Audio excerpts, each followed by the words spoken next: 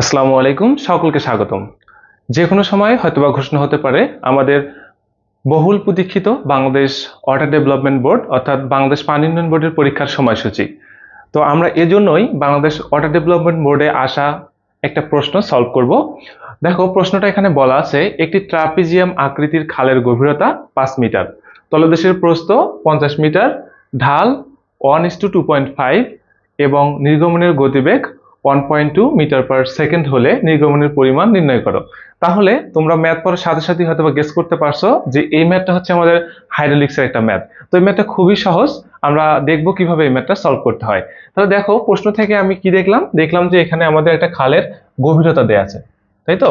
এরপর দেখো খালের কি দেয়া আছে, তলদেশের প্রস্থ দেয়া আছে যেটা 50 মিটার, এবং আমার বলা আছে যে এই খালটার স্লোপ হচ্ছে 1:2.5, আর এখান থেকে নির্গমনের গতিবেগ আছে 1.2 মিটার পার সেকেন্ড হলে নির্ণয় করতে হবে আমার কি নির্গমনের পরিমাণ। তাহলে নির্গমনের পরিমাণকে কি দ্বারা প্রকাশ করা হয়? নির্গমনের পরিমাণকে প্রকাশ করা হচ্ছে কিউ দ্বারা। তাহলে এই যে কিউ এর পরিমাণটা আমার নির্ণয় করতে হবে।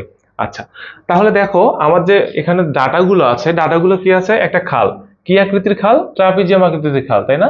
তাহলে আমি একটা ট্রাপিজিয়াম আকৃতির খাল চিত্র আঁকি। দেখো, যদি এই একটা চিত্র আঁকি, এটা হচ্ছে আমাদের একটা ট্রাপিজিয়াম আকৃতির খাল, সেখানে বলা আছে যে গভীরতাটা 5 মিটার। তাহলে দেখো তো, এই যে এটা গভীরতা না, গভীরতা হচ্ছে আমাদের 5 মিটার। গভীরতাকে আমরা কি দ্বারা প্রকাশ করি? ডি দ্বারা।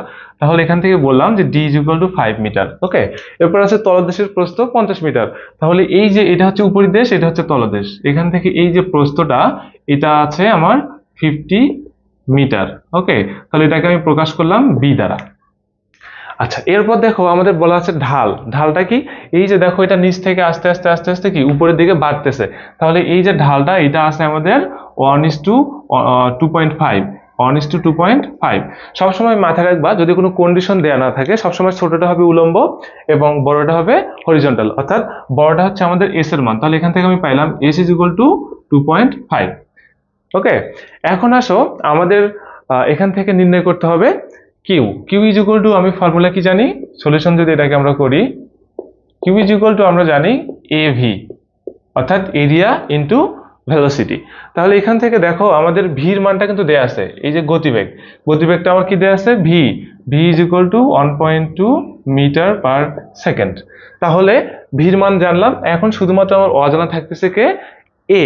আর এটা বের করতে পারলেই আমার ম্যাথটা হয়ে যাবে। তাহলে দেখো, এ বের করার জন্য আমার এখানে পর্যাপ্ত ডাটা দেয়া আছে, তো এটা থেকে আমরা এ বের করব। তাহলে এ নির্ণয়ের যে ফর্মুলাটা, সেটা হচ্ছে আমরা এখানেই লিখি।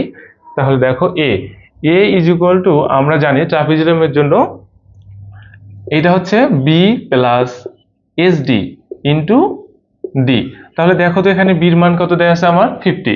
তাহলে এখান থেকে বলতে পারতেছি 50 প্লাস এস এর মান কত? 2.5, 2.5 ইন্টু ডির মান হচ্ছে 5, এখানে ব্র্যাকেট এবং এগিন ডি, আরেকটা ডি। তাহলে ডির মান কত? ডির মান হচ্ছে 5। এটাকে যদি আমরা ক্যালকুলেশন করি একটা মান পাবো। তাহলে দেখি এই মানটা আমাদের কত। দেখো, এখানে আছে আমার 50 প্লাস 2.5 ইন্টু 5 ইন্টু 5, এখান থেকে মান আসতেছে আমাদের 312.5। তাহলে এখান থেকে যে মানটা আসলো 312.5, এই যে মানটা পাইছো, এই মানটার ইউনিটটা কি হবে? এই মানটা কিটা ছিল? এরিয়া।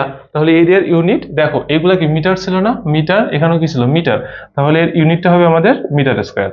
ওকে, এখন দেখো আমি জাস্ট কি এই যে এর মানটা এখানে বসাই দেবো, ভির মান আমার জানা। তাহলে আমি এখান থেকে নির্ণয় করতে পারি, আচ্ছা এখানেই করি, Q is equal to A V, এটা আমরা জানি। তাহলে এর মান হচ্ছে আমাদের, দেখো এর মান কত বের করলাম? 312.5। তাহলে এখান থেকে এই যে 312.5 ইন্টু ভির মান হচ্ছে 1.2 ইন্টু 1.2 ইজ ইকুয়াল টু, যেটা পাবো এটা হচ্ছে আমাদের কাঙ্ক্ষিত অ্যান্সার। তাহলে এটা হচ্ছে ইন্টু 1.2 ইজ ইকুয়াল টু 375। তাহলে এই যে যেটা আসছে 375, এটা হচ্ছে আমাদের অ্যান্সার। এখন আসো, এখানে আমাদের ইউনিটটা কি হবে? দেখো, ইউনিটগুলো খুবই সহজ। এখান থেকে যদি এরিয়া করি, এরিয়ার ইউনিট আমি কি পাইছি? Meter square. তাহলে এখান থেকে পাইলাম মিটার স্কয়ার। বেগের একক কি দেখো তো? বেগের একক হচ্ছে মিটার পার সেকেন্ড। তাহলে আলটিমেটলি এককটা আসতেছে উপরে মিটার স্কয়ার মিটার, তাহলে meter cube divided by second. তাহলে অ্যান্সার হচ্ছে আমার 375 মিটার কিউব পার সেকেন্ড। এই যে আমাদের এটা হচ্ছে ম্যাথ, তাহলে এই ধরনের ম্যাথগুলো খুবই সহজ। আসলে আমাদের এই পরীক্ষাগুলোতে খুব কঠিন ম্যাথ আসে এমনটা না, বিষয়গুলো হচ্ছে আমরা এগুলো যদি সুন্দরভাবে চর্চা করি এবং প্রশ্নগুলো ভালোভাবে পড়ি তাহলে অনায়াসে এই ধরনের ম্যাথগুলো আমরা সলভ করতে পারবো। ধন্যবাদ সকলকে।